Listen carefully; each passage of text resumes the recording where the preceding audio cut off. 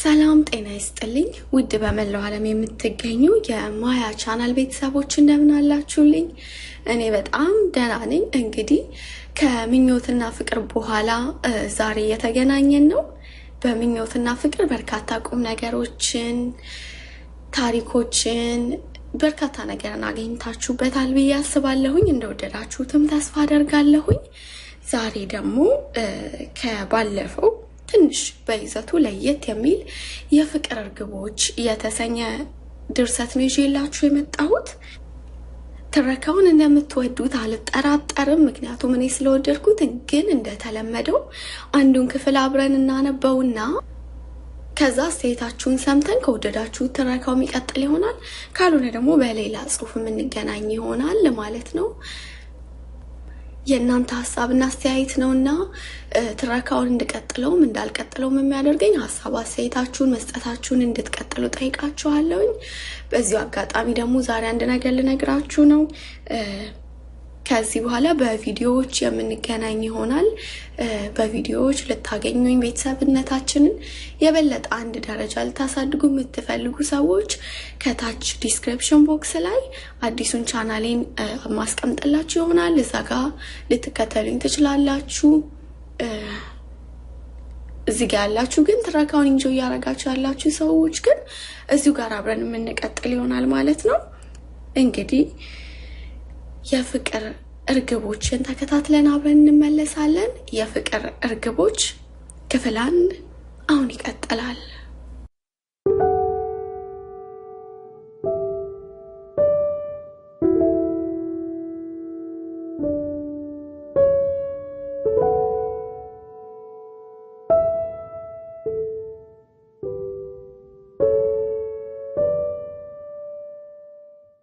ደስ ይላል። ፍቅርን ማየት ያረካል።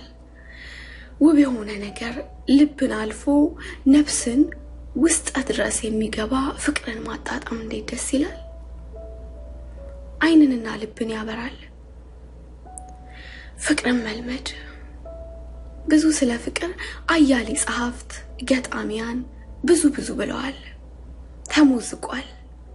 ብዙ ስለ መውደድ እልፍ የሙዚቃ ቀማሪያን ተጠበውበታል።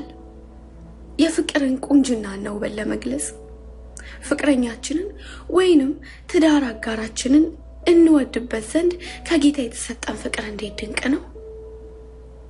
ሕይወት ያለው በአርኪ መዓዛ የተሞላ እንዲህ አይነት ፍቅር የታለ ቢሉኝስ መልስ ያጭር ነው። ዳሪክና ሳሌም አይን ውስጥ ከአመታት በፊት በ5ኛው አቬኒው ላይ ባለው ስታርባክስ ካፌ ሰራ ነበር። ያኔ ገና የሃይ ስኩል ተማሪ ነኝ። ከትምህርት ቤት መልስ በሳምንቱ ለተወሰኑ ቀናት ለተወሰኑ ሰዓታት እዛ አሳልፋለሁ። ካፌው በቃ ካፌ ነው።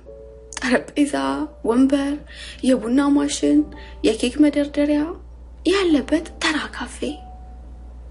ካፌው ካፌ ነበር ሳሌምና ዳሪክ እስከሚመጡ ድረስ።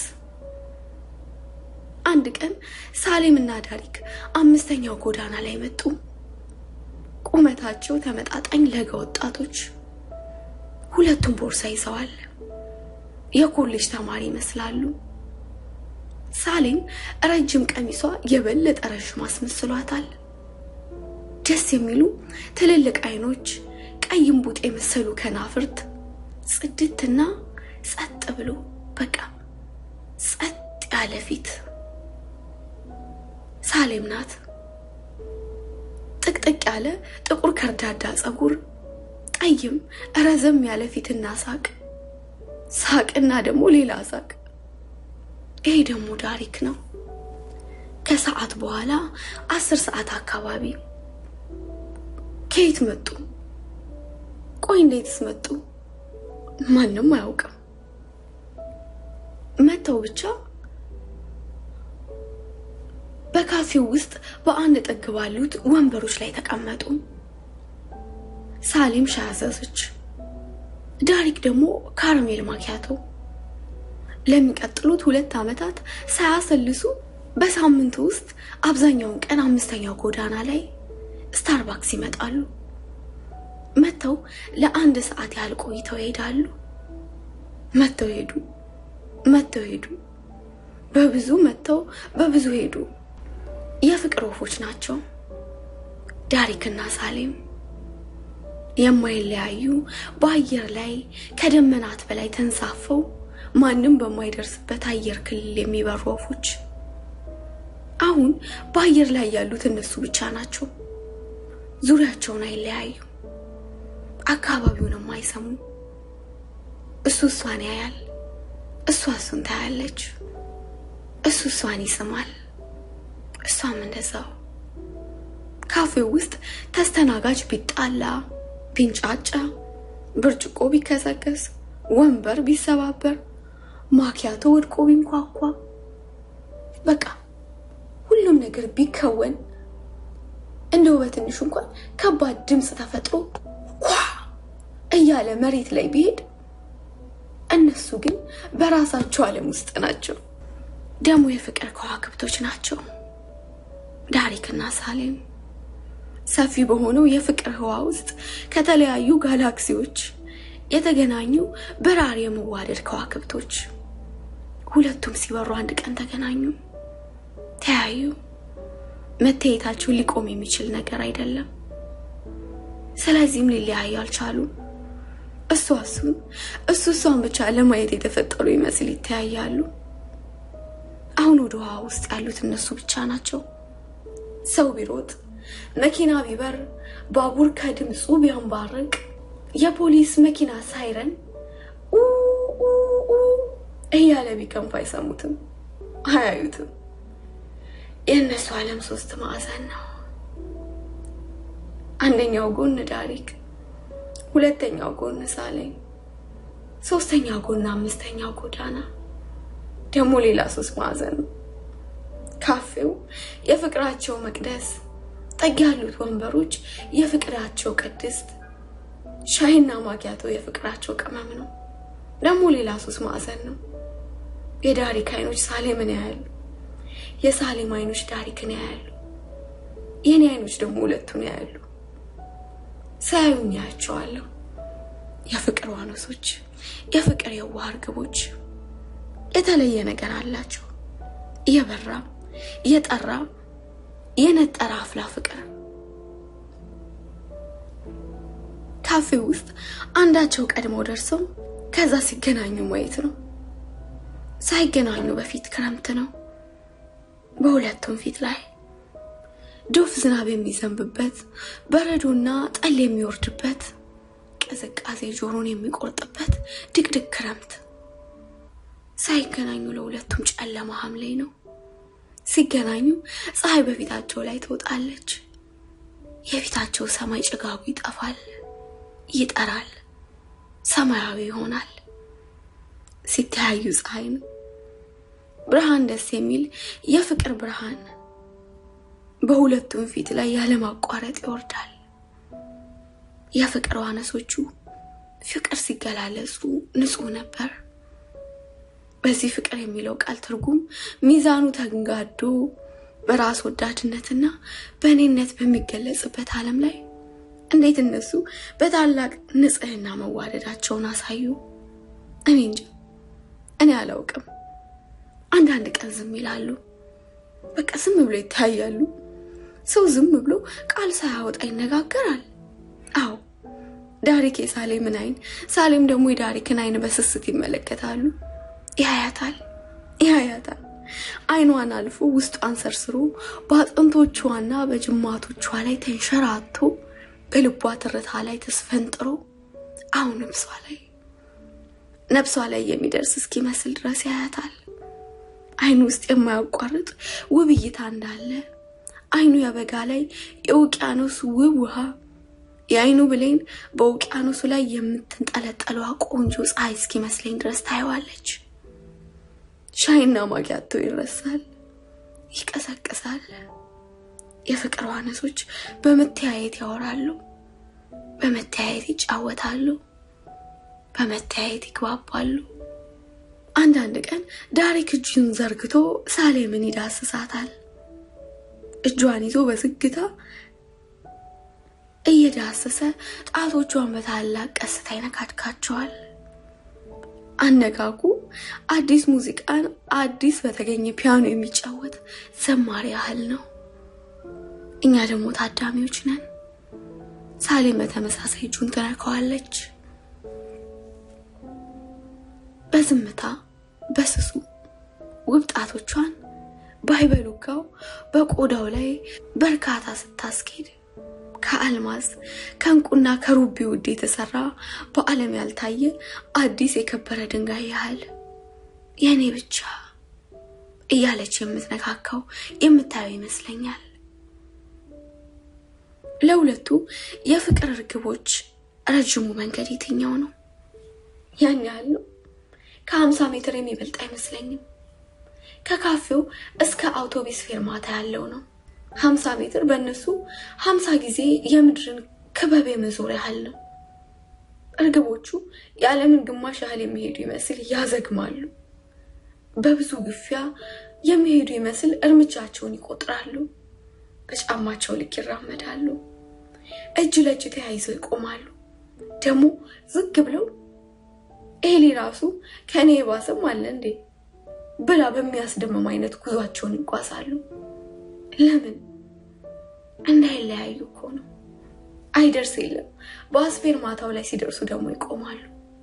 በመስመሩ ላይ የሚወጣው አንድ አውቶቡስ ነው። ባስ መጥቶ ይቆማል። ሹፌሩ ያያቸዋል። የሚሄዱ ይመስላል። ትንሽ በትዕግስት ይጠባበቃል። ትሄዳላችሁ? ሹፌሩ ይጠይቃል። ዳሪክና ሳሌም አይሰሙም። ቆሞ ያወራሉ ወይም ደግሞ ዝም ብለው ቆሞ ይተያያሉ።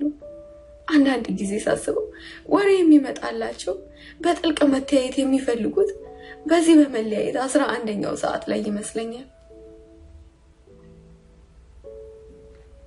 ጥሏቸው ይሄዳል። ሌላ ባስ ይመጣል።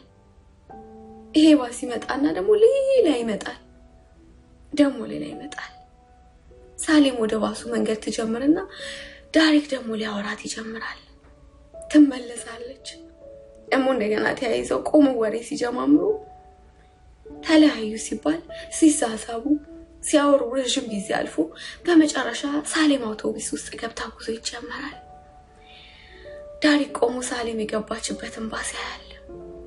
ህፃን ልጇ ላይመለስ እንደተወሰደባት ወላጅ ለመጨረሻ ጊዜ እንደምታይ መቼም ተመልሳ እንደማትመጣ የፀሐይ ጥልቀት ቆሞ ያያል። ከዛ በተቃራኒው አቅጣጫ ቀስ እያለ መጓዝ ይጀምራል። ቀኑ መሽቶ ፀሐይ ትጠልቃለች። ረጅሙ ጊዜ የትኛው ነው? ፍቅረኛሞቹ ተለያይተው እስከሚገናኙ ድረስ ያለው ነው። ሲለያዩ ሰዓታት ይቆጠራሉ። ደቂቃዎች ይመነዘራሉ። ሰኮንዶች ይርሸራረፋሉ። የናፍቆት ምጥ ይጀምራል። በሚቀጥለው ቀጠሮ የሚገናኙበት ጊዜ ዋነሶቹ መራብ ይጀምራሉ። አሁን ሊለያዩ ሰኔ ነው። እሱ ጸደይ ነው። እሷ ደግሞ አበባ። ጸደይ አበባን፣ አበባም ጸደይን እንደሚናፍቁ የነሱም ናፍቆት እንዲሁ ነው። እንዲሁ ሲለያዩ ጥቅምት ነው። እሱ መስከረም ነው። እሷ ደግሞ የመስቀል ወፍ። መስከረም የመስቀልን ወፍ፣ የመስቀል ወፍን መስከረምን እንዲናፍቁ የነሱም ናፍቆት እንደዚህ ነው። እኔና የሥራ ጓደኞቼ ላቭ በርድስ ብለን እንጠራቸዋለን፣ ወይም ደግሞ የፍቅር እርግቦች ማለት ነው። ስማቸውን አናውቅም። ለግማሽ ዓመት ተመላልሰው መተው እዛ ከፌው ሳናያቸው ምን ብለምዳቸው በጣም ደስ ቢሉኝም አናግራቸው አላውቅም። ሌሎቹ ሰራተኞችም ቢሆኑ ከሰላምታ ያለፈ ብዙም አያወሯቸው። አንድ ቀን ግን ወሰንኩና ሄድኩኝ። ላናግራቸው አጠገብ ቆምኩኝ። ብዙ ጊዜ እዚህ ካፌ አያቸዋለሁ። አበሾች ናቸው። ቀና ብለው ተገርመው አዩኝ። ሁለቱም አማርኛ ሲሰሙ ነው መሰለኝ። አዎ ሳሌም ነበረች። አበሾች ነን። በጣም ደስ ትላላችሁ። እሺ ብንተዋወቅ በጣም ደስ ይለኛል። ስሜን ነገርኳቸው። ሳሌም በትህትና ከተቀመጠችበት ተነስታ እጇን ለኔ ዘረጋችልኝ። ዳሪክ እሱም ተዋወቀኝ። ከዛ ዝም ብሎ ያዩን ጀመር። ግራ ግብት ብሏቸው የፍቅራችንን የጊዜ ማር ላይ ያረፍሽ ዘንብ የሚል አይነት የፍቅር ጊዜያቸው የከበረ ነው። ለኔ የሚያጋሩት ቅጽበትና ሰከንድ አልነበራቸው። ምንም ሳይሉኝ ቃል ሳይተነፍሱ የፈለጉት ገባኝ። ስለተዋወቁኝ አመስግኜ ተጫውቱ ብያቸው ተለየዋቸው። ከዛ በኋላ ሰላምታ እንሰጣጣለን።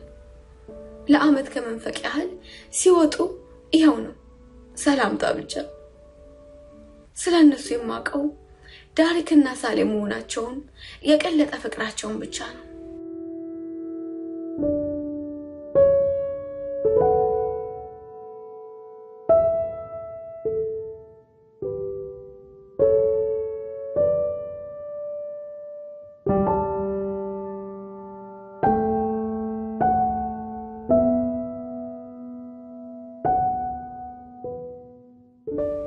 አንድ ዕለት ስራ ባልሄድኩበት አንድ ምሽት እራቴን ይዤ ከቲቪው ፊት ለፊት ተሰይሜያለሁ። የምወደውን ሾው ፍለጋ ቻናሎች ላይ ወደ ላይ ሳሳልፍ ድንገት እየተላለፈ ያለ ሰበር ዜና ልቤን ሳበው። ዜናውን ማየትና መስማት ስጀምር ግን አይኖቼ ተከፍተው ቀሩ። እጄ ላይ ያለው ሳህን ወድቆ ተከሰከሰ። ቤቱ በላይ ላይ ሲዞርና ለወድቅ ስል የሶፋውን ጠርግዤ ተረፍኩኝ። የተለያየ መጠን አላቸው። ውበት የፈሰሰባቸው በቀለማት ቅብ ያማሩ፣ ጥቂቶቹ ሐምራዊ፣ ሌሎቹ ደማቅ አረንጓዴ፣ ከፊሎቹ ደግሞ ሰማያዊ፣ ቢጫ ይዋኛሉ። አሳዎቹ በዚህ ትንንሽ ዓለማቸው በሆስፒታሉ እንግዳ መቀበያ ጥግ ላይ ባለው በጥቂት ሜትሮች ወርድና ቁመት በተዘጋጀላቸው ገንዳ በሞላ ውሃ ውስጥ ይዋኛሉ፣ ይሮጣሉ። በዚች በተሰጠቻቸው ትንሽ ሳጥን ዓለም ውስጥ ይደሰታሉ፣ ይቦርቃሉ። ሰላምንኛ እጅግ ሰፊ ዓለም ተሰጥቶን ምድርና ሞላዋን ግዙ ተብለን መስማማት አቃተን። ፍቅራችንን ስለምን ቀሰቀሰ? ጥላቻን አብዝተን ፈገግታችን ስለምን ጠፋ? በእንግዳ መቀበያው ጥግ ላይ ባለው ትንሽ ገንዳ ውስጥ አሳዎች ይዋኛሉ። የእንግዳ መቀበያው መግቢያ ላይ ያለው ኮሪደር ተሻግሮ ባሉት የተዘጉ ቀዶ ጥገና ክፍሎች ውስጥ ናቸው ሳሌምና ዳሪክ። በነዛ በተዘጉ ክፍሎች ሐኪሞች፣ ነርሶች፣ የከተማው ስፔሻሊስቶች እየተረባረቡ ነው። የሁለቱ ልጆች ነፍስ ለማትረፍ ዝምታ ነው፣ ጸጥታ ነው። አካባቢው ምናልባት ከአሳዎቹ ሰው ሰራሽ ገንዳ ውስጥ ከሚወጣው የማያቋርጥ ከሚል ድምጽ በስተቀር የሚሰማ ድምጽ የለም። ሁላችንም ትንፋሻችን ጸጥ ብሏል። ቀደም ብሎ ብዙ ሰዎች ቢኖሩ እየመሸ ሲሄድ ሌሊቱ መውደቅ ሲጀምር ብዙዎቹ መልካሙን ተመኝተው በጸሎታቸው ወጣቶቹን እንደሚያስቡ ነግረውን ቀስ እያሉ ወጥተው ሄዱ።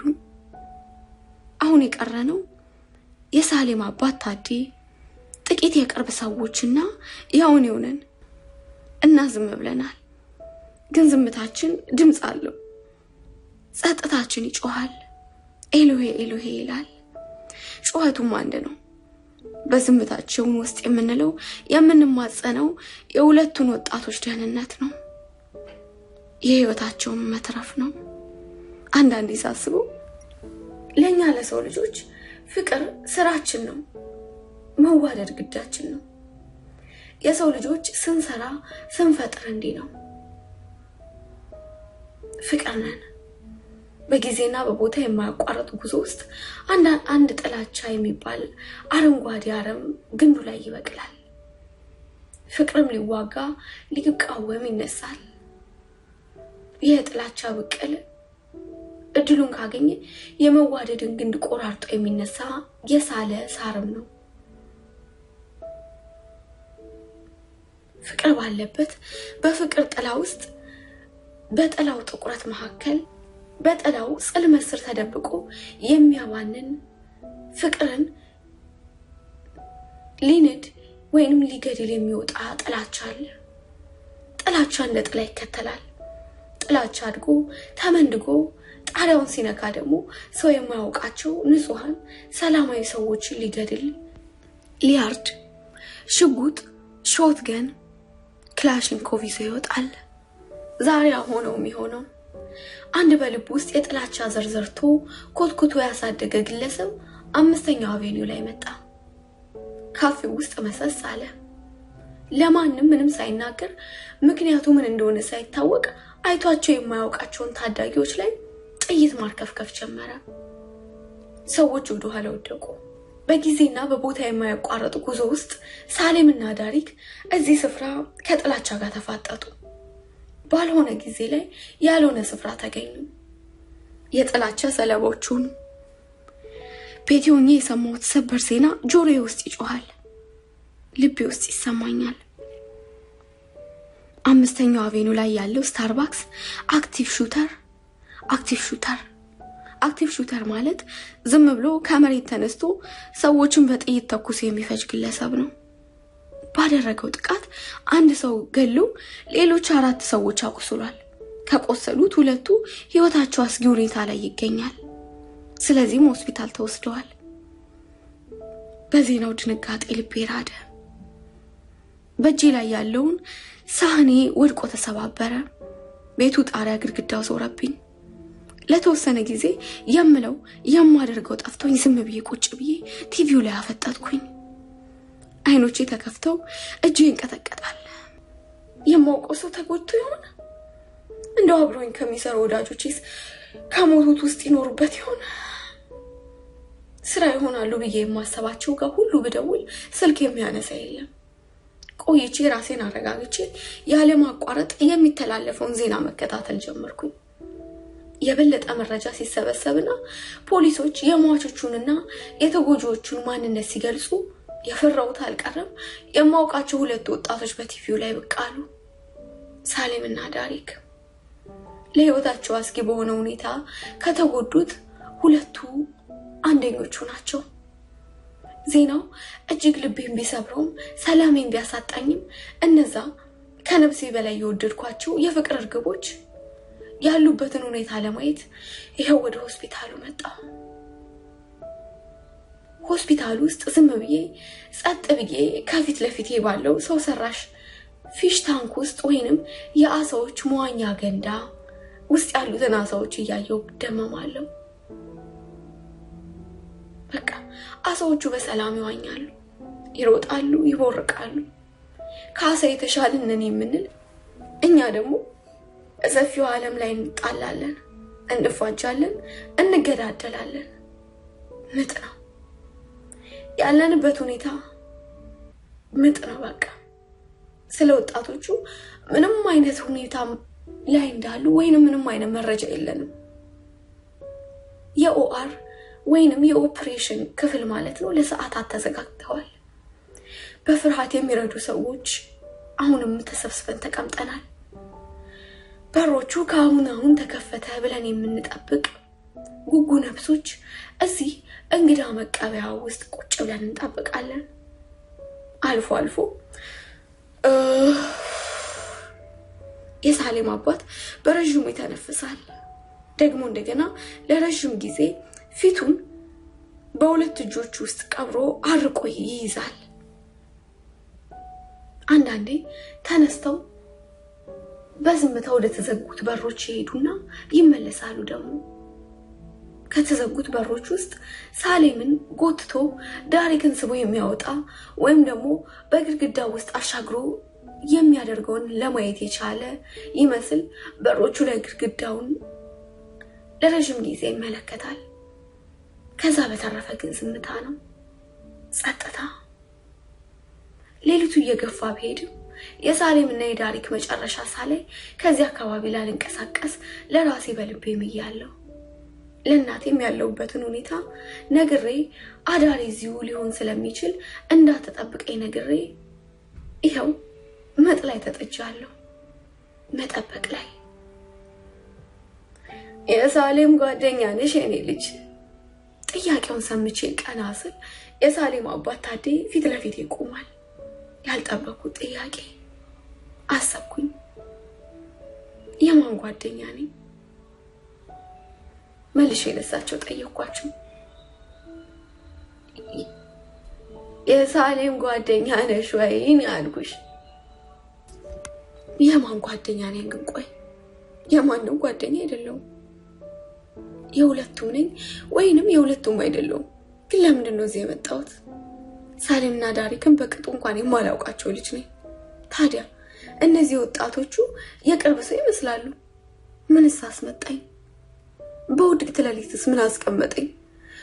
ማሰብ ማምሰልሰል ጀመርኩኝ። ባስብም ለጊዜው መልስ አልነበረኝም። ጥያቄን ሰማሽኝ? ታዴ መልሶ ሲጠይቀኝ ከሐሳቤ ወጣሁ። አይ ብዙም የቅርብ ጓደኛ አይደለሁም፣ ግን ሁለቱንም በሩቅ አውቃቸዋለሁ። ታዴ ፈገግ ብሎ አየኝ። ትምህርት ቤት ነው የምትተዋወቁት ወይስ አንድ ላይ ተምራችኋል? አልተማርንም አልኩኝና ሳላስበው መናገር ጀመርኩኝ። በልቤ ሞላውን እንዳልኩት ብዙ አላውቃቸውም፣ ግን ደግሞ በብዙ የማውቃቸው ያህል ይሰማኛል። ፍቅራቸውን በቅርብ የማየት እድል አግኝቻለሁ። ፍቅራቸው የሆነ ምቃይል አለው። ሁለቱ ሲታዩ በፍቅር ዓለም ላይ ስፍፍ ብለው የማያቸው በቃ ሁሉንም ፈገግ የሚያስብል ድባቴን ከሰዎች ፊት ላይ የሚገፍ የሆነ ድብቅ ጉልበት አላቸው። የሁለቱ ፍቅር በአይናቸው የሚለዋወጡት ቋንቋ፣ ሲገናኙ የሚያሳዩት ንጹህ መዋደድ በቃ የሆነ ፈውስ ይመስለኛል። ከነሱ ፍቅር ናሙና ወስደን ለጥላቻ ፍቱን ክትባት፣ ለጸብና ለጥል ደግሞ ምርጥ መድኃኒት የምናገኝ መስሎ ይሰማኛል።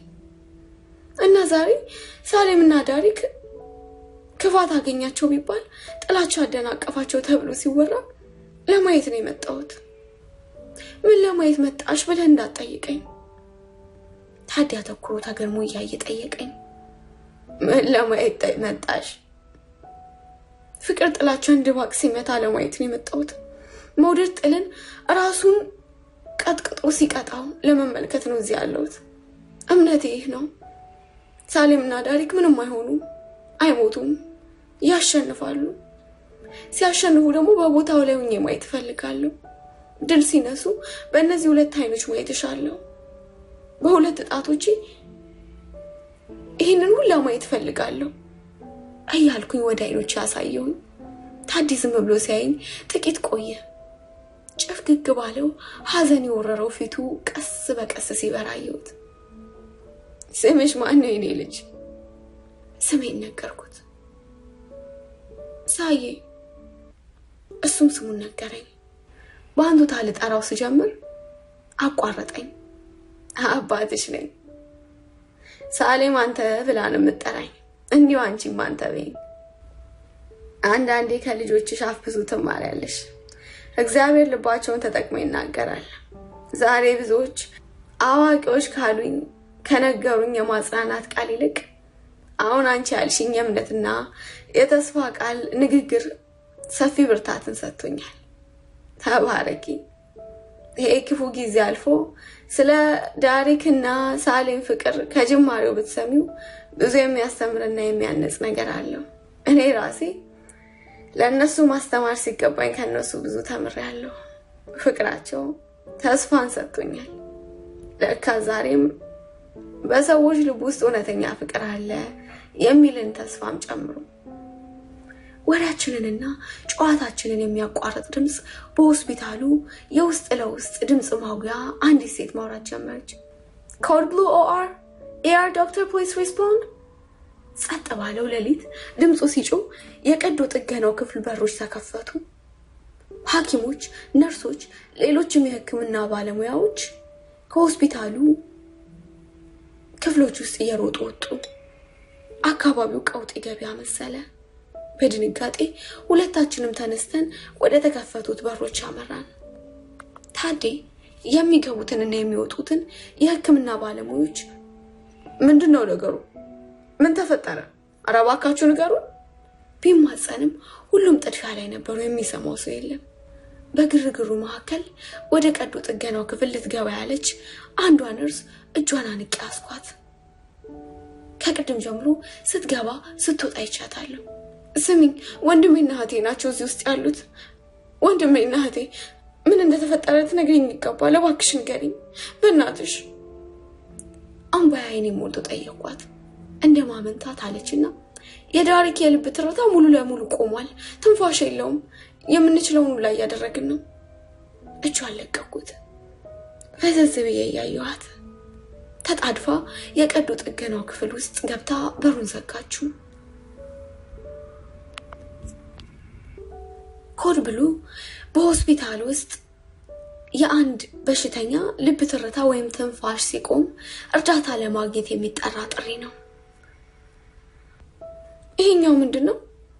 እኔ ጠይቃለሁ። በደረቱ አካባቢ የተከማቸውን የፈሰሰ ደም ለማስወገድ ይረዳዋል። እሺ ይሄኛውስ? ባጠገቡ ያለውን በዝግታ የሚጮህ ማሽን ከማሽኑ ተያይዞ የሚሄድ ሌላ ሰፋ ያለ ትቦ ነው። አፉ ላይ ሄዶ ይገጠማል። ይሄ ሰው ሰራሽ ቬንቲሌተር ነው። በሳምባው ቦታ ላይ ለመተንፈስ ያግዘዋል።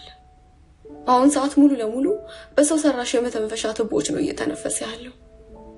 ውስጤ በሐዘን ስብርብር ብሎ ደሞ ጥያቄን እቀጥላለሁ። ይህ በእኔና በዳሪክ ሐኪም መካከል እየተደረገ ያለ ንግግር ነው። እኔ ጠይቃለሁ። የዳሪክ ዋና ሐኪም በትህትና ያስረዳኛል።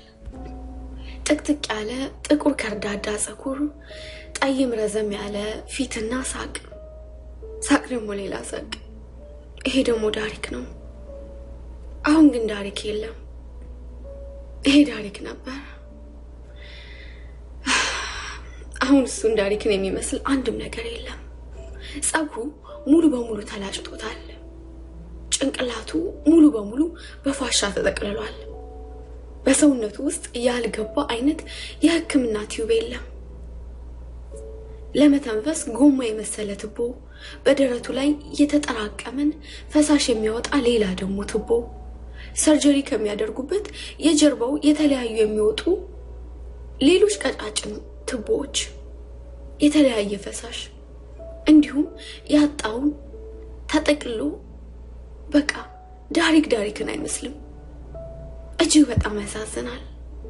በጉልበት በስቃይ አየር ይስባል። ደሞ አረፍ ይላል። የጭንቁን እንደገና ይስባል።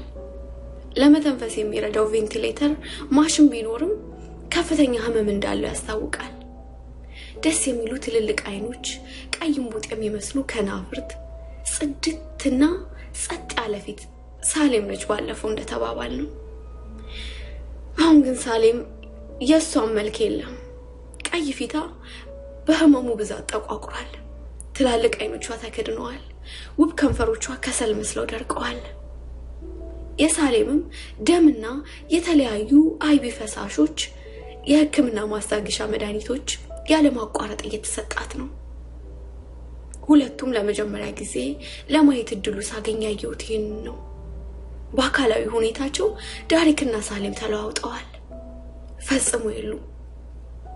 እነዛ ፍቅር ብቻ ሲፈስባቸው የሚታዩ ፍቅር የሚሉ የፍቅር መዓዛ ለሁላችንም የሚያቋድሱ የፍቅር ልጆች፣ ሰላምን ብቻ የሚያውቁት ሰላማዊ ታዳጊያን፣ በህመምና በስቃይ በቀር ፊታቸው ላይ የሚታይ ሳሌምም ላይ ሆነ ዳሪክም ላይ እነሱን የሚመስል ሳይሆን የማይመስሉ ሌሎች ልጆች ሆነዋል። አየሩ የማይበቃቸው የሚመስሉኝ የፍቅር እርግቦች፣ ህዋውን ተንሳፈውበት የሚያጥራቸው የሚመስሉኝ የመዋደድ ከዋክብት በእነዚህ ትንንሽ ሆስፒታል ክፍሎች ውስጥ በብዙ ቱቦዎች ተይዘው የህክምና መሳሪያዎች ተሰካክቶባቸው በፋሻ ተጠቅልለዋል። ጥላቻ ደረቱ አብጧል። ፍቅር አጎንብሷል። ጥላቻ ግን ይስቃል። የፍቅር አይንም ባቅርሯል። ሳያቸው ባይኔ ውስጥ እንባ መሙላቱ አልቀረም።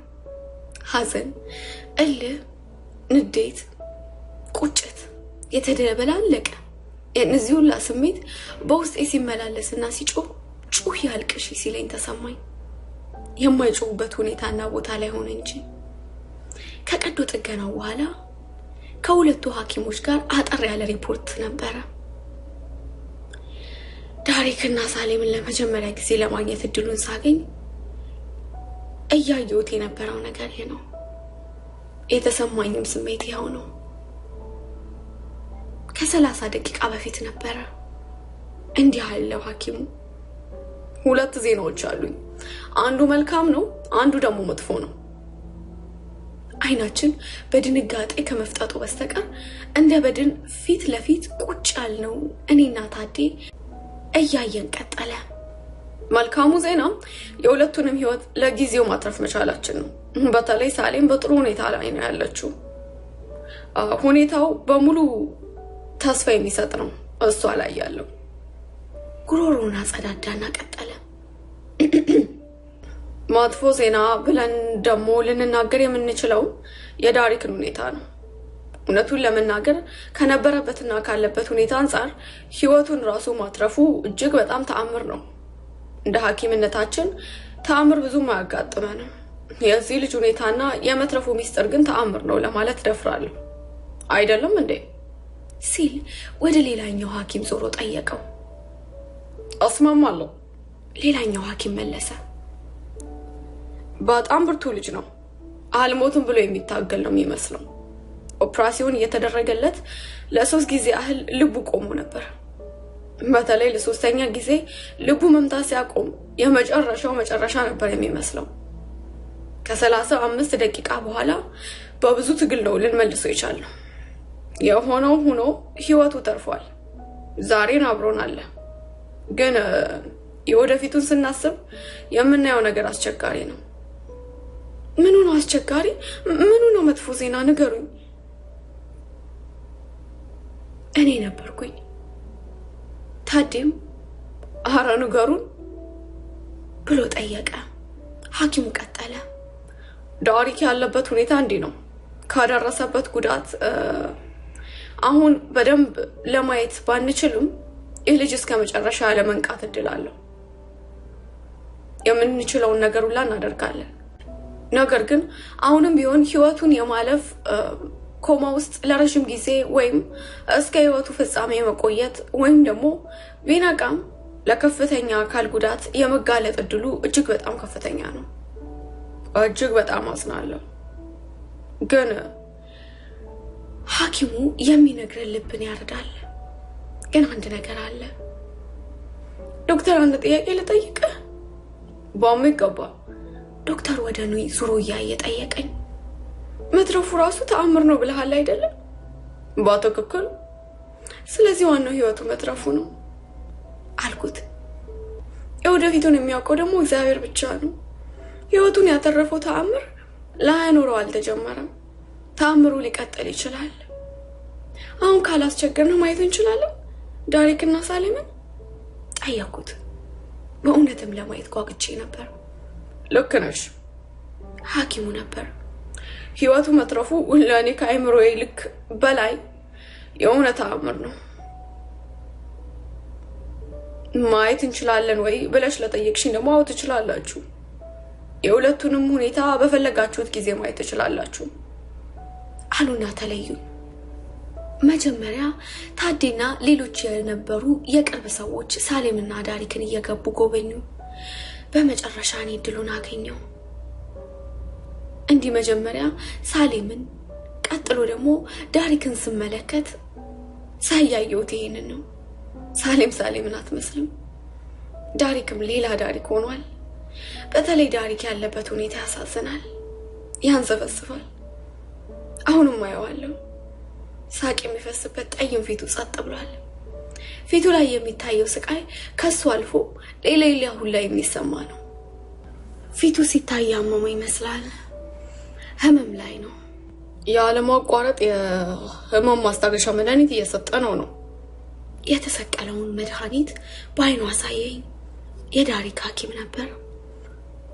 ግን የደረሰበት ጉዳት ከፍተኛ ህመም አለው። ስለዚህ ህመም ቢኖርበትም አይገርመኝም። ቀደም እንዳልኩት ማትረፉ በራሱ ተአምር ነው። የሐኪሞቹን ሪፖርት ሳነብ በቃ ይሄ ልጅ ከዚህ ዓለም እንዳይሄድ የሆነ ኃይል እየጠበቀ ያለ ነው የሚመስለው። በእንደዚህ አይነት ነገር ብዙም አላምንም። ነገር ግን 3 ጊዜ የልብ ትርታው ቆሞ የተመለሰ ሰው አይቻልም። በቃ ነፍሱ በሁለት ኃይላት ጦርነት ውስጥ ነው ያለችው። እኔ እንደዛ ነው የማስበው። አንዱ ሊያድነው ይታገላል፣ ሌላኛው ደግሞ ሊወስደው። ያን ያህል ስሜት ተሰማኝ። የተሰማኝንም ለሐኪሙ ነገርኩት። ፈገግ አለ። ዳሪክ በእድሜ ትንሽ ነው፣ በተክለ ሰውነቱም ትልቅ አይደለም፣ ግን እንደ ትንሽነቱ አይደለም። አልሞትም ቀኔ ዛሬ አይደለም ብሎ ታግሎ ያሸነፈ ነው የሚመስለው። ስለዚህ ትንሹ ተአምር ብለነዋል። ሌሊቱን ሳልተኛ በማሳለፌ ወደ ቤቴ ሄጄ አረፍ ከማለቴ በፊት የዛን ዕለት ጠዋት ያንን ያህል ነበር ያየኋቸው። ሳሌምና ዳሪክን ወደ ቤቴ ሄድኩኝ ማሰብ ጀመርኩኝ። በአንድ በኩል የሁለቱ ሁኔታ የሚያሳዝን ልብን የሚሰብር ነው። በሌላ ሁኔታ ደግሞ ስናየው በዚህ ሁሉ መካከል አልፈው እንኳን በህይወት መትረፋቸው እጅግ በጣም ትልቅና ስኬትም እድልም ነው። አሁንም ለርግቦቹ ተስፋ አለ። በመጨረሻ ፍቅር ሁሌም ተስፋ ይዞ ይመጣል። አሁንም ቢሆን እነዚህ ሁለት ፍቅሮች እንደገና አይን ለአይን እየተያዩ ዓለምን የሚረሱበት እጅ ለእጅ ተያይዘው እየተሳሳቁ በዙሪያቸው ያሉትን ሁሉ በደስታ የሚያሰክሩበት እስከ ፍጻሜያቸው ሳይለያዩ በመዋደድ ሰንሰለት የሚቆራኙበት ቀን ቅርብ ነው። እንኳንም በህይወት ኖሩልን፣ እንኳንም ታረፉልን። እግዚአብሔር ይመስገን። ዳሪክን ሐኪሞቹ ትንሹ ተአምር ብለውታል። ትክክለኛ ስም ነው፣ መልካም ስም ነው፣ ይገልጸዋል። ትንሹ ተአምር ጀምሯል። ተአምሩም ላያልቅ አልተጀመረም። ትንሹ ተአምር ትልቅ ሊሆን ሊሰፋ ሊያድግ ሊወርስ ዛሬን ጀመረ። ልቤ እርፍ አለ። ቤት ሂጄ ለሚቀጥሉት ብዙ ሰዓታት ተኛሁኝ። በሚቀጥለው ቀን በማለዳ እንደገና ዳሪክና ሳሌም ጋር ሄድኩኝ። ትናንትና ቀኑን ለጥቂት ሰዓታት አርፎ ሌሊቱን ያደረው ታዴ ድካም ይታይበታል። እስከ ከሰዓት እኔ ልቆይ እንደምችል ነግሬው ቤት ሄዶ እንዲያርፍና እንዲመለስ ሐሳብ ሳቀርብ እሱም አላመነም። ካፌ ተነጥቆ ተባረኪ ልጄ ወዲያውኑ ሄደ። ሁለቱን ፍቅረኛሞች ስላያቸው ስገባ ዳሪክ ያለበት ሁኔታ ለውጥ የሌለው ነው። ሳሌም በሌላ በኩል ወደ ራሷ ወደ መልኳ በመጠኑም ቢሆን መለስ እያለች ነው። ብቅ እያለች ይመስላል። ወደ እኩለ ቀን አካባቢ ሳሌም ክፍል ቁጭ ብዬ ቲቪው ላይ የሚተላለፈውን ፊልም እያየው ነበረ። ያላመንኩትና ያልጠበቅኩት ነገር ተሰማኝ። ድክም ያለ ድምጿን ሰማሁት። በተሰባበሩ ቃላት ድምጿቸው እየተጎተቱ ቃላትን ለማውጣት እያጣጣረች የት ነው ያለሁት? ወደ ሳሌም በመቅጽበት አንገቴን ሳዞረው ትልልቅ አይኖቿ ሽፋናቸውን ገርበብ አድርገው ተከፍተዋል። ሙሉ ስምሽን ንገሪኝ። ሳሌም ታደሰ ኃይሉ። ያለንበትን ዓመተ ምህረት ንገሪኝ። 2010 ያለንበትን ወር ታስታውሻለሽ? ጁላይ። የሀገሪቱ ፕሬዝዳንት ማን ነው? እዚህ ጋር ሳሌም ትንሽ የተናደደች መሰለኝ። ይሄን ሁላ ጥያቄ የምትጠይቁኝ ለምንድን ነው? የሚጠይቃት ሐኪም ላይ በትልልቅ አይኖቿ አፈጣጠችበት። የት ነው ያለሁት ንገሩኝ። ቅድም መጀመሪያ አይኖቿ ገርበብ ብለው ተከፈቱ የሳሌም። ከሰከንዶች በኋላ ግን ሙሉ ለሙሉ ተከፍተው ታይ ጀመር። አሁን ሆኗል። ሳሌም ነግታለች። እንዲህ በፍጥነት መሆኑ ሐኪሞቹን ቢያስደነግጣቸው ሳሌም ግን ተመለሳለች። አሁን ይሄንን እያወራን ነው ከሐኪሟ ጋር። እኔም በግርምት በድንቅት ሳሌም ናያታለሁ። ሳሌም ስሚ፣ በደንብ አድርገሽ ስሚ። ሐኪሙ እየቀረበ አይኖቿን እያየ ጠየቃት። ያለሽው ሆስፒታል ነው። እርዳታ እያደረግንልሽ ነው። ለምጠይቅሽ ጥያቄዎች በሙሉ መልስ መስጠት አለብሽ። የማስታወስ ችሎታሽ እንዳልጠፋ ወይም እንዳልቀነሰ ለማወቅ ያስችለኛል። ሐኪሙ ሆስፒታል ሲል ሳሌም ግራ በመጋባት አይነት ሁኔታ እያየችው የተኛችበትን ክፍል ዙሪያውን መቃኘት ጀመረች። በአይኖቿ ገልመጥ ታረገን ያዘች። ሳሌም እስኪ ወደ እኔ ተመልከቺ። ለመጨረሻ ጊዜ የምታስታውሽው ንገሪኝ። የት ነበርሽ? ምን እያደረግሽ ነበር? ከማን ጋር ነበርሽ? ጥያቄውን ቀጠለ። ሳሌም አሁንም ግራ በመጋባት ማየቷን ቀጠለች። ለጥቂት ጊዜ አይኖቿን ክድና አደረገችና ትምህርት ቤት ነበርኩኝ መሰለኝ አይደል? ጥያቄውን በጥያቄ መለሰች። እርግጠኛ ነሽ? አይ አይደለም። ሳሌም የሆነ ነገር ያገኘች ይመስል በደስታ ከክላስ መልስ ካፌው ውስጥ ነበርኩኝ። ከዲጋ ከመላኪ ጋር ነበርኩኝ። ከዛ በኋላ ፊቷ ተቀየረ። በድንጋጤ በጭንቀት ለሰከንዶች ጸጥ አለችና ጮኸች። ዳሪክ የት ነው ያለው? የኔ መላክ የት ነው ያለው? ላዩ ፈልጋለሁ። የት ነው ያለው? ዳሪክ ዙሪያ ገባዋን እያየች ስሙን እየጠራች ካልጋው ላይ ለመነሳት መጣጣር ጀመረች። ነገር ግን አቅሙም ኃይሉም አልነበራትም። የሰውነቷ ህመም ሊያንቀሳቀሳት አልቻለም። በሁኔታዋና በጮታው የሆነውን ነገር ሁሉ እንዳስታወሰች ያስታውቃል።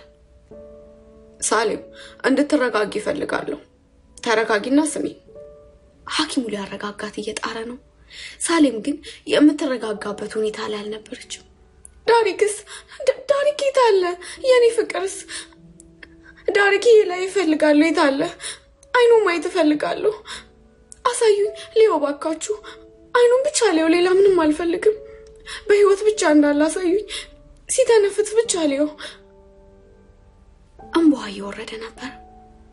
እያለቀሰች መለመን ጀመረች። እንደገና ከተኛችበት ለመነሳት መታገል ጀመረች። ስትታገል ሰውነቷ ላይ የተሰካካውን የህክምና መሳሪያ ሊነቃቀሉ ሆነ። ሐኪሙ ጥብቅ አድርጎ ያዛት። ዳሪክን አሳዩኝ። ዳሪክ ይሄዳል። ዳሪክስ? በሳቅ ድምጿ እየተቆራረጠ ነበር። ሳሌም ተረጋጊና ስሚኝ። ዳሪክ አለ፣ በህይወት አለ። አልሞተም። በህይወት አለ? ማልቀሷን አቁማ በጉጉት ጠየቀች። በአሁን አንገቱን ነቀነቀላት። እሺ የት ነው ያለው? እዚህ ሆስፒታል ውስጥ ነው ያለው። ተጎድቷል፣ ግን በህይወት አለ። ላየው እችላለሁ? ሊዮ እባክህ። የሐኪሙን አይን እያየች መለማመጥ ጀመረች። ያተኛ አባት ክፍል ድረስ ሄደሽ ብታየው ደስ ይለኛል። ችግሩ ግን አሁን ባለሽበት ሁኔታ አንድ እርምጃ እንኳን የመራመድ አቅም የለሽም። ከጥቂት ቀናት በኋላ። እንዴ ጥቂት ቀናት? ሳሌም ደንግጣ ጠየቀች። ድንጋጤዋ ለሚቀጥለው ሰከንድም የምትተነፍሰው አየር የተቀማች ፀሐይ በአይኗ ፊት ለዘላለም እንዳትወጣ የተከለከለች ያህል ነው። ቀናቶች ቀርቶ ደቂቃዎችን እንኳን መቆየት አልችልም። ዲዬ የኔን ፍቅር፣ በየጊዜው በየደቂቃው የምወድሽ ብሎኝ የማይጠግበውን ሳላይ ከዚህ በላይ አንድ ደቂቃ መቆየት አልችልም። ሳሌም እንደገና እንባዋ መውረድ ጀመረ። አልገባህም እኮ ዶክተር፣ ወደዋለሁ እኮ፣ አፈቅረዋለሁ እኮ። ፊቱን ማየት እፈልጋለሁ አንድ ጊዜ ብቻ። ሳሌም አንድ ጊዜ ሐኪሙን፣ ሌላ ጊዜ ነርሷን፣ ደግሞ እኔን በአይኖቿ ተማጽኖ እያየችን ነበር። እንባዋ ከትልልቅ አይኖቿ እንደ ጉድ እየፈሰሰ ድምጿ እየተቆራረጠ ወደዋለሁ እኮ፣ አፈቅረዋለሁ እኮ፣ የምወድሽ ይለኛል እኮ። ማየት እፈልጋለሁ። የኔን መልአክ ማየት አለብኝ። ፊቱን ማየት እፈልጋለሁ አንድ ጊዜ ብቻ። ሳሌም ተማጽኖዋ፣ አለማመኗ፣ የቃላት አወጣጧ በጣም ያሳዝን ነበር። ሐኪሙ ነርሷም የሚያደርጉት አጥተው ግራ ተጋብተው ሲተያዩ ሐሳብ መጣለኝ። ቪዲዮ ኮል። እኔ አንድ ሐሳብ አለኝ አልኩኝ። ሳሌምም ሌሎቹም ዞር ብለው ተመለከቱኝ። ቪዲዮ ኮል በመጠቀም እኮ እንዲተያዩ ማድረግ እንችላለን። የምፈልገው ስልክ ነው። ስልኬ? በጣም ጥሩ ሐሳብ። ነርሷ ነበረች። ያኔን ስልክ መጠቀም እንችላለን። ስልኳን አቀበለችኝ። የሳሌም ፊት በደስታ በራ። ሳሌም ለመጀመሪያ ጊዜ ዳሪክን ስታየው ዳሪክ ያለበት ሁኔታ የሚያስደነግጣ ልቧን በሐዘን የሚሰብረው ነበር። ሁላችንም እንደዛ ነበር የጠበቅነው። ግምታችን ግን በትልቁ ስህተት ነበር። የሆነው ተቃራኒው ነው። ሳሌም አላለቀሰችም፣ አላዘነችም። ይልቅስ በእንባዋ ታጥቦ በቀላው ፊቷ ላይ የበቀለው የፈገግታ ዘር ነው። ስስ ፈገግታ። ቀና ብላ በእፎይታ አየችኝና በህይወት አለ፣ የኔ መልአክ አልሞተም። የስልኩን መስታወት ቀስ ብላ በእጆቿ እየዳሰሰች ከዛ በኋላ አልተናገረችም፣ ቃልም አልወጣትም። ዝም ብላ ታየው ጀመር። ያኔ ካፌው ውስጥ ቁጭ ብላ ስታየው እንደነበረው ዝም ጸጥ ብላ በፋሻ ተጠቅልሎ ዳሪክን የማይመስለውን የዳሪክን ፊት በፍቅር በመውደድና በስስት ታየው ጀመር። ትክ ብላ ውስጡን ሰርስራ በአጥንቶቹና በጅማቶቹ ላይ ተንሸራታ በደም ቧንቧዎቹ ውስጥ ዋኝታ በልቡ ትርታዎች ላይ ተስፈንጠራ አዎ ነፍሷ ላይ የምትደርስ እስኪመስል ታየው ጀመር።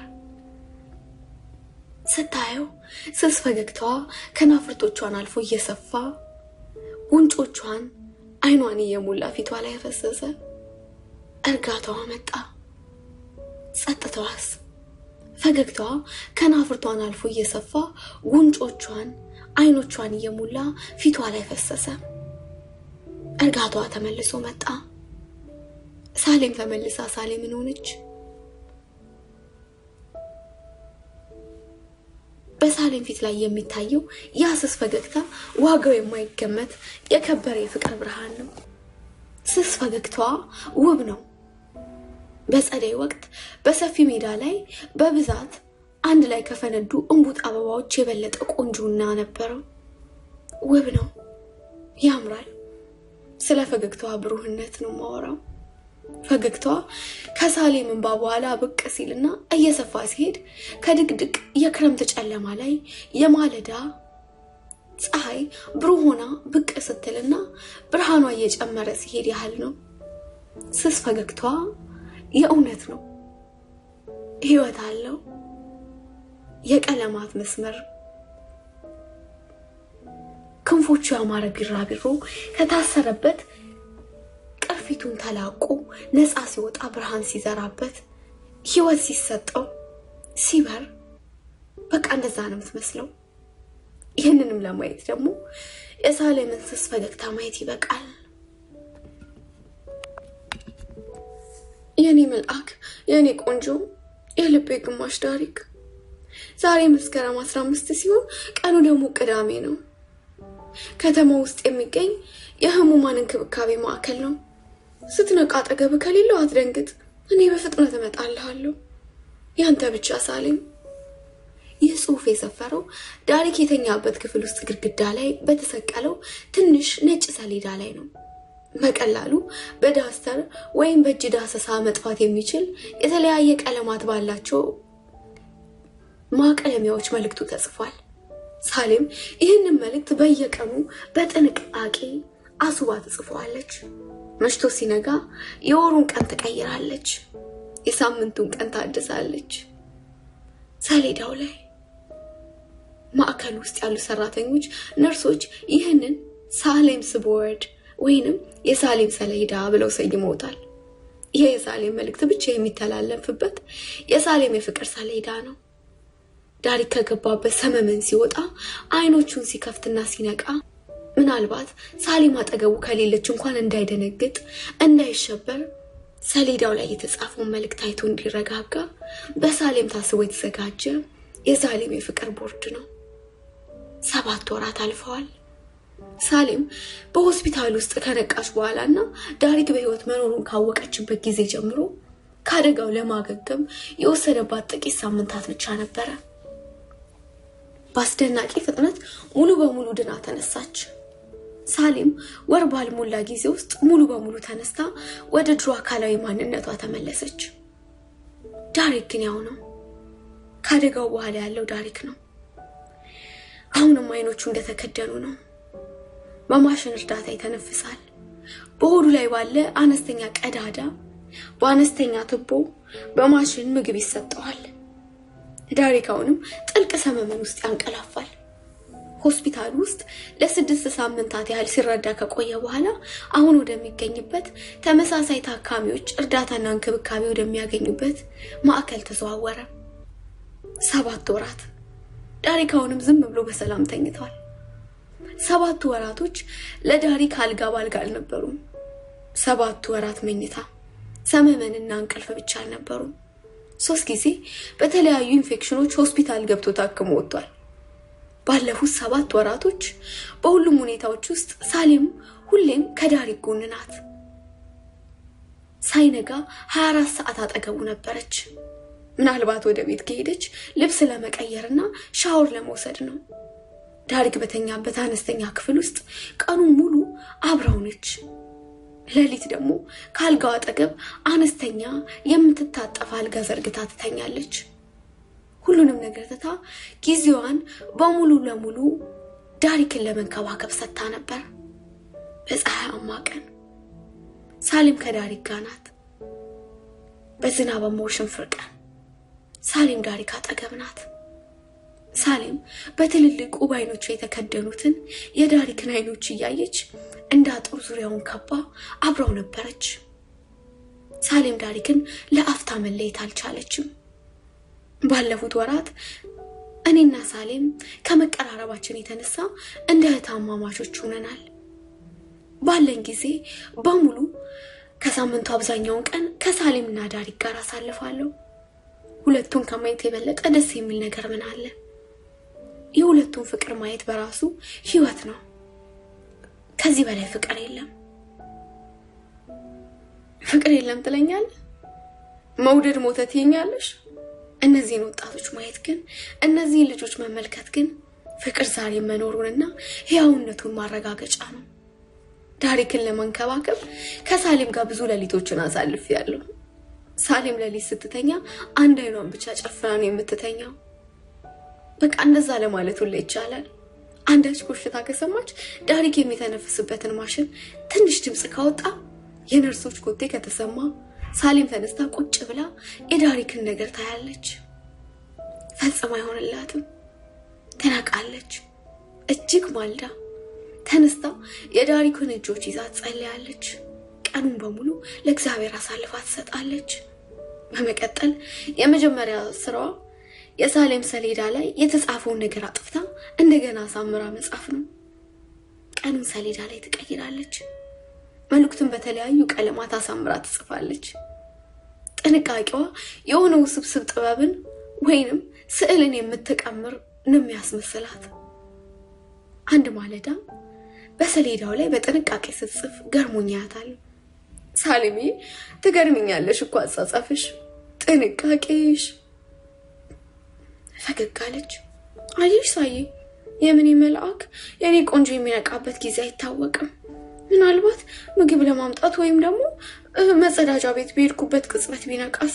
የት ነው ያለሁት? ቀኑ መቼ ነው ብሎ ሊደነግጥ አይገባውም። መጽሐፏን ቀጠለች። ሳሌም እንደዚህ ናት።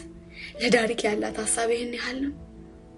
አጠገቡ በሌለችበት ጥቂት ደቂቃዎችን ቢሆን እንኳን ትጨነቅለትና ታስባለች።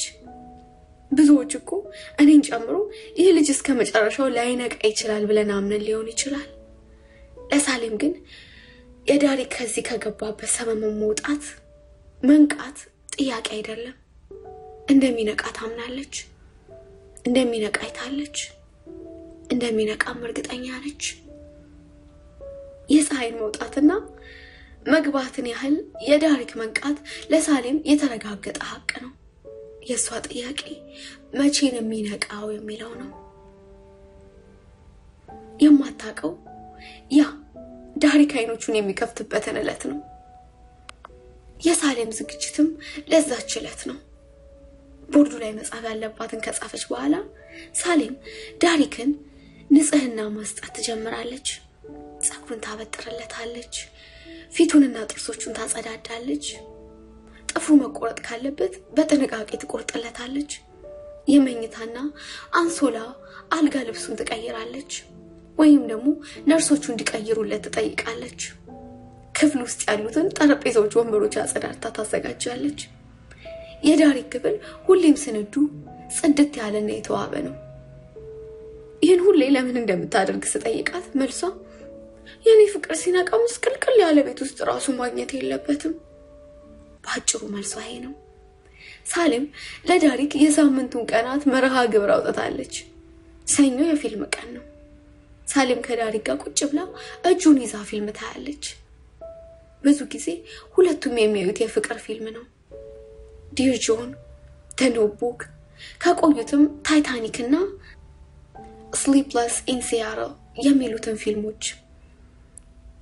ሳሌም ስታይ ደርሼ አውቃለሁ። ማክሰኞና አርብ ጠዋት የመጽሐፍ ቀን ነው። ሳሌም ዳሪክ የሚወዳቸውን የተለያዩ የአማርኛና እንግሊዘኛ መጽሐፍት ለዳሪክ ድምጿን ለስለስ አድርጋ ታነብለታለች። ከሰዓት በኋላ ደግሞ ቀስ እያለች የእግሮቹንና የእጆቹን ጡንቻዎች ነርሶቹ ሳያዩት ስፖርት ታሰራቸዋለች። ይህም በመኝታ ብዛት አካሉ እንዳይመነምን ይረዳዋል። ሮብና ቅዳሜ መንፈሳዊ ቀናቶች ናቸው። ሳሌም ለዳሪክ መጽሐፍ ቅዱስ ታነብለታለች። መንፈሳዊ የሆኑ ውብ መዝሙሮችን ታስደምጠዋለች ወይም አብሮ ስብከት ይሰማሉ። ሐሙስ ብዙውን የስፖርት ቻናሎች ትከፍትለታለች። ዳሪክ የሚወዳቸውን የባስኬትቦል፣ የእግር ኳስ ወይንም ደግሞ ሶከር ጨዋታ። ሶከር ማለት እንግዲህ አሜሪካ ውስጥ የተለመደ ብዙ ተመልካች ያለው ጨዋታ አይነት ነው። ቁጭ ብላ ታያለች። ዳሪክ ከሳከር የማንቸስተር ዩናይትድ፣ ከፉትቦል ደግሞ የሲሆክስ ቡድን ደጋፊ ነው። ሳሌም ብዙውን የስፖርት አድናቂ ባትሆንም የሁለቱም ቡድኖች ጨዋታ ግን ተከታትላ ትከፍትና የዳሪክን እጆች ይዛ ዝም ብላ ታያለች።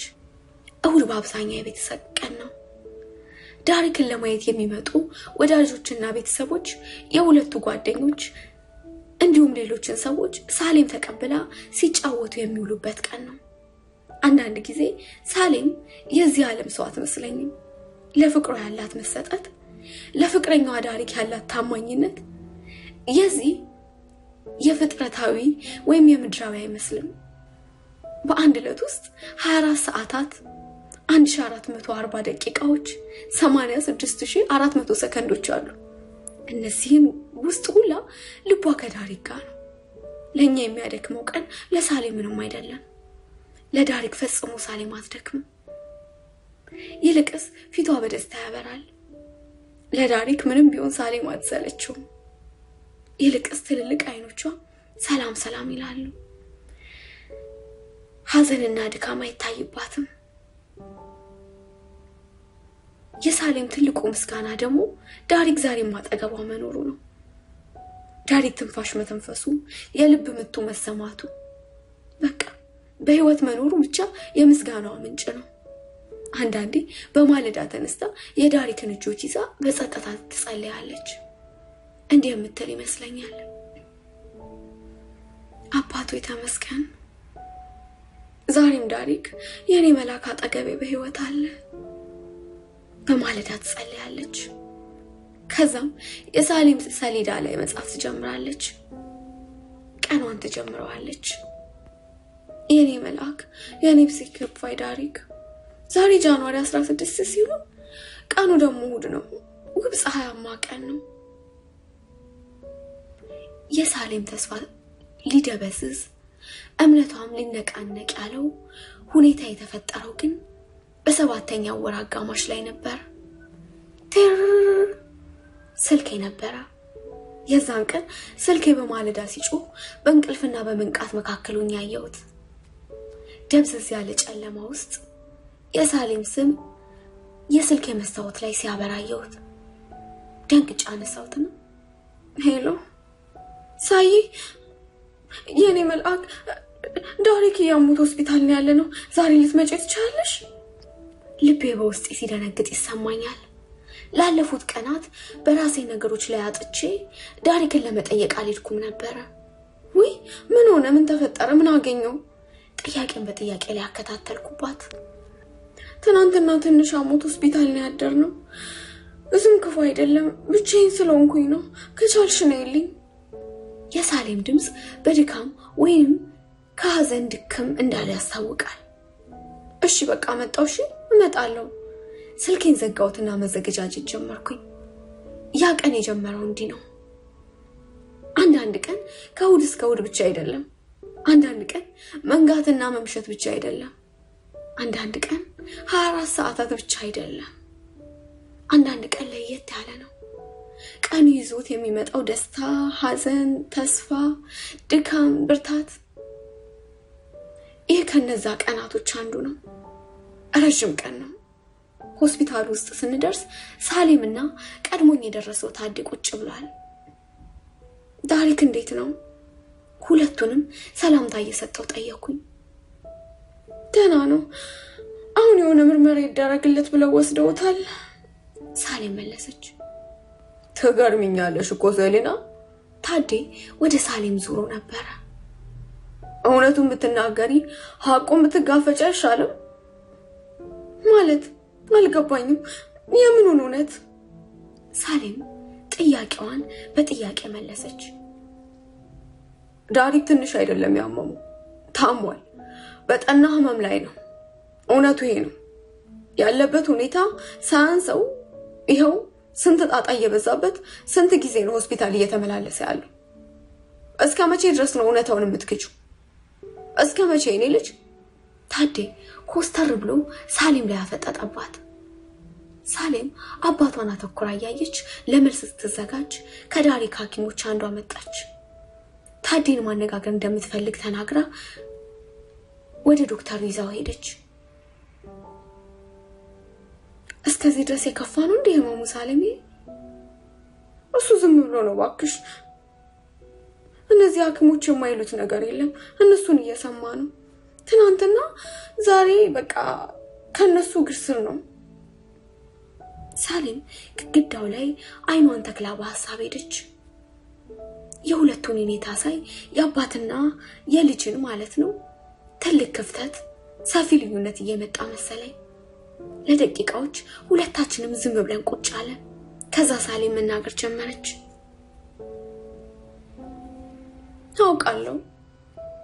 አውቃለሁ ብዙዎች በዳሪክ ሁኔታ ተስፋ ቆርጠዋል ከሁሉም ሰው አይን ውስጥ የማየው ተስፋ የመቁረጥን ነው እኔ ግን ተስፋ አልቆርጥም ዓለም በሙሉ የሰው ልጆች ሁሉ በአንድ ላይ በዛ በኩል ተሰብስበው ቢቆሙና ተስፋ ቢቆርጡ እኔ ግን ለብቻዬ ከፍቅሬ ጋር ቆሜ ማመንን እቀጥላለሁ አምናለሁ አንድ ቀን አይኖቹ ተከፍተው እንደማያምናለሁ አይኔንም ልቤንም ጆሮዎቼንም ከፍቼ ሰማዋለሁ ሳይ ታስታውሻለሽ ኦፕቲሚስት ማለት አውንታዊ ሰው ማለት ነው በነገሮች ሁሉ ጥሩ ነገር ይፈጸማል ብሎ የሚያምን ሰው ማለት ነው የፔሲሚስት ማለት ደግሞ ነገሮች በሙሉ አይሳኩም ብሎ በቃ ኔጌቲቭ ነገርን ብቻ የሚያስብ ሰው ማለት ነው በብርጭቆ ውስጥ ያለው ግማሽ ውሃ ታሪክ ራሴን ነቀናኩ አስታውሳለሁ ሳሌም እንደገና ታሪኩን ትነግረኝ ጀመር በጠረጴዛ ላይ ብርጭቆ አለ ብርጭቆ ውስጥ ግማሽ ውሃ ሞልቷል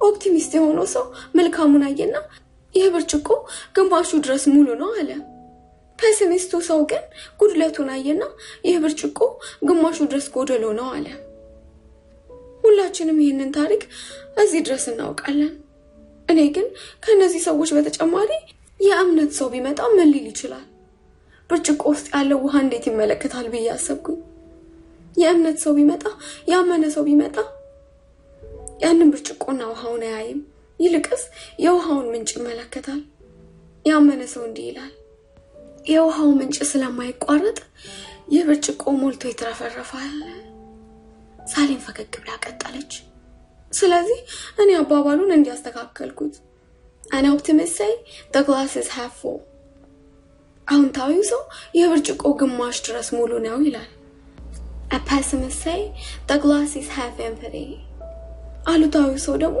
የብርጭቆ ግማሹ ድረስ ጎደሎ ነው ይላል A man of faith says don't worry guys there's always a refill የእምነት ሰው ደግሞ አትጨነቁ ብርጭቆ ይሞላል ይላል። ወደኔ ሁኔታን ስንመልሰው ዳሪክን በተመለከተ አሉታዊ ሰዎች ጉድለቱን አይተው ዳሪክ እኮ ሙት ነው ብለው ሊያስቡ ይችላሉ። አዎንታዊ ሰዎች ደግሞ ዳሪክ ትንፋሹ አለ፣ ልብ ምቱ ይሰማል፣ ስለዚህ ተስፋ አለው ሊሉ ይችላሉ። እኔ ግን የእምነት ሰው ነኝ። ስለዚህ የኔ መልአክ አዲስ ህይወት ይሰጠዋል።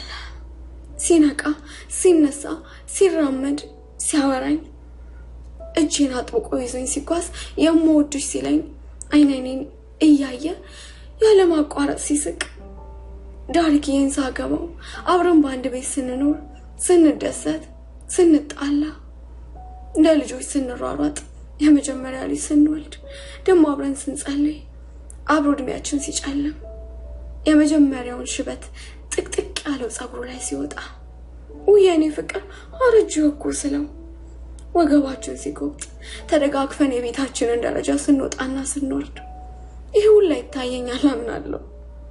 ያመንኩትንም ደግሞ አየዋለሁ። ይሄ ለሰዎች ጤናማ ላይመስል ይችላል፣ ያመመኝ ሊመስላቸው ይችላል። ግን እኔ ምንም አይገደኝም። ሰዎች ምንም ቢያስቡ አይደንቀኝም።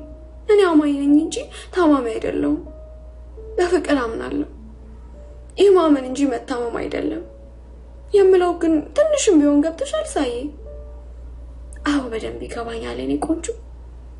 አምባዬ አይኔ ላይ ግጥም ብሎ ያታለሁኝ።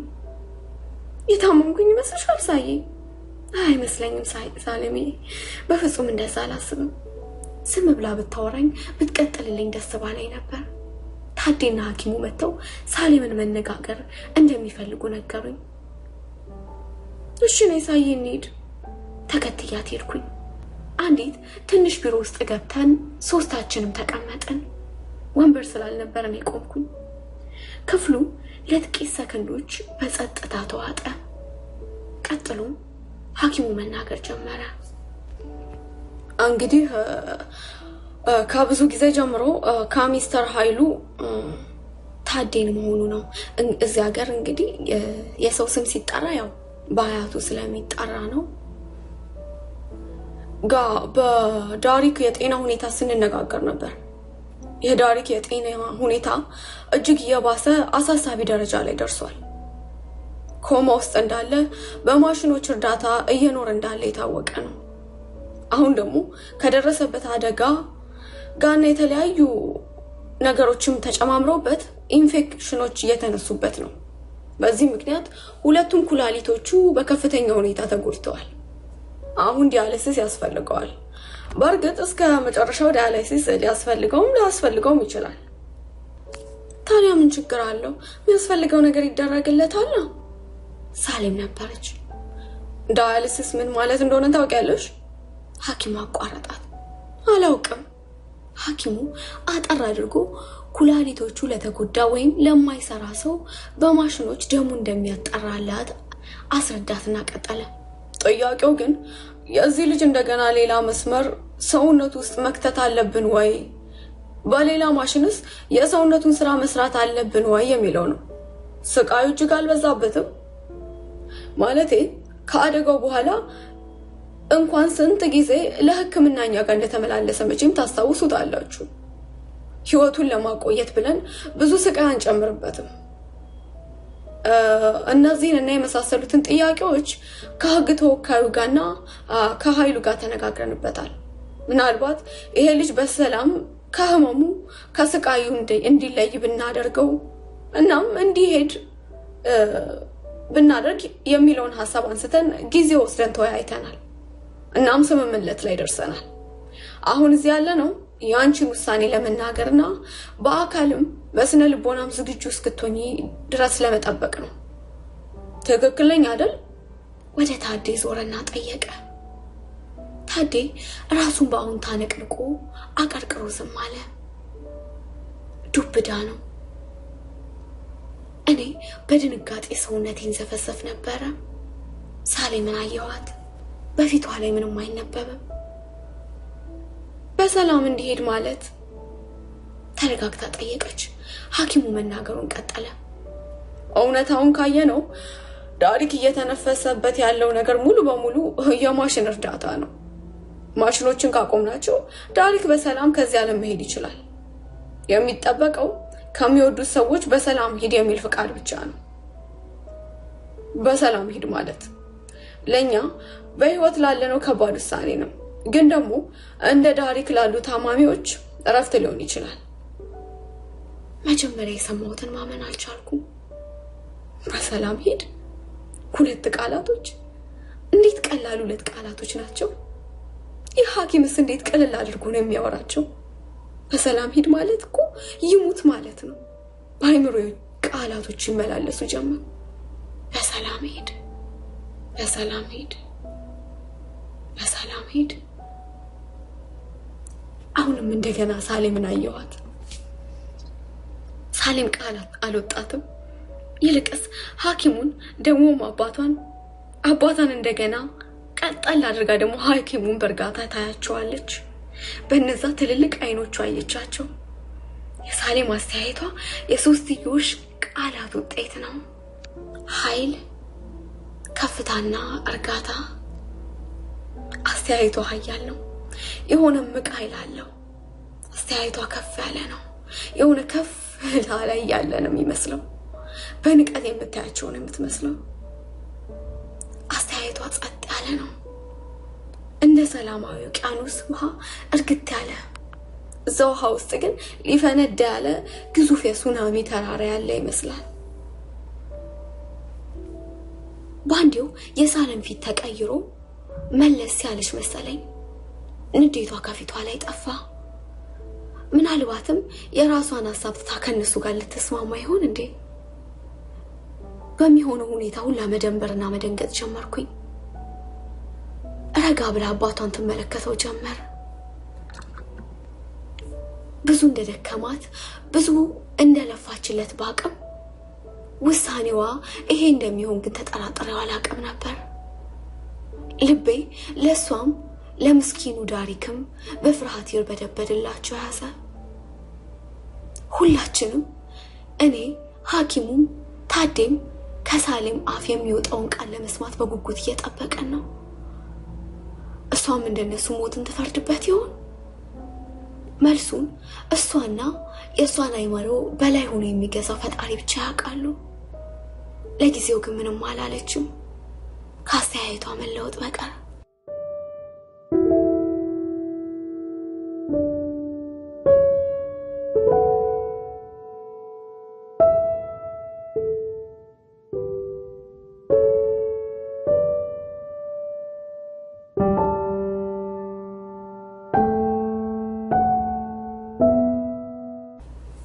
እንግዲህ ወደ አድማጮቼ ተመልሼ መጥቻለሁኝ። ዋው እኔ በጣም ጓግቻለሁኝ ቀጣዩ ክፍል ምን እንደሚሆን። እንግዲህ እስኪ በቀጣዩ ክፍል ከናንተ አስተያየት ጋር ተደምሮ ማለት ነው የምንቀጥለው ከሆነ እናንተ መስማት ባፈልጉ እንኳን እኔ ማንበብ መቀጠሌን አላቆምም። በጣም ጓግቻለሁኝ። እንግዲህ በምን አይነት ሁኔታ እንደሚቀጥልና ያለን ማለት ነው።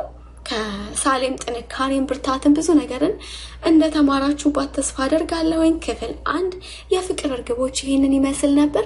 በክፍል 2 እስከምንገናኝ ድረስ ሁላችሁም በያላችሁበት ሰላም፣ ጤና፣ መተሳሰብ ከእናንተ ጋር ይሁንልኝ። ውድድድድድ ዳረጋችኋለሁ። እግዚአብሔር ሀገራችንን ይጠብቅ፣ ሁላችንንም በያለንበት ይጠብቀን። መልካም ጊዜ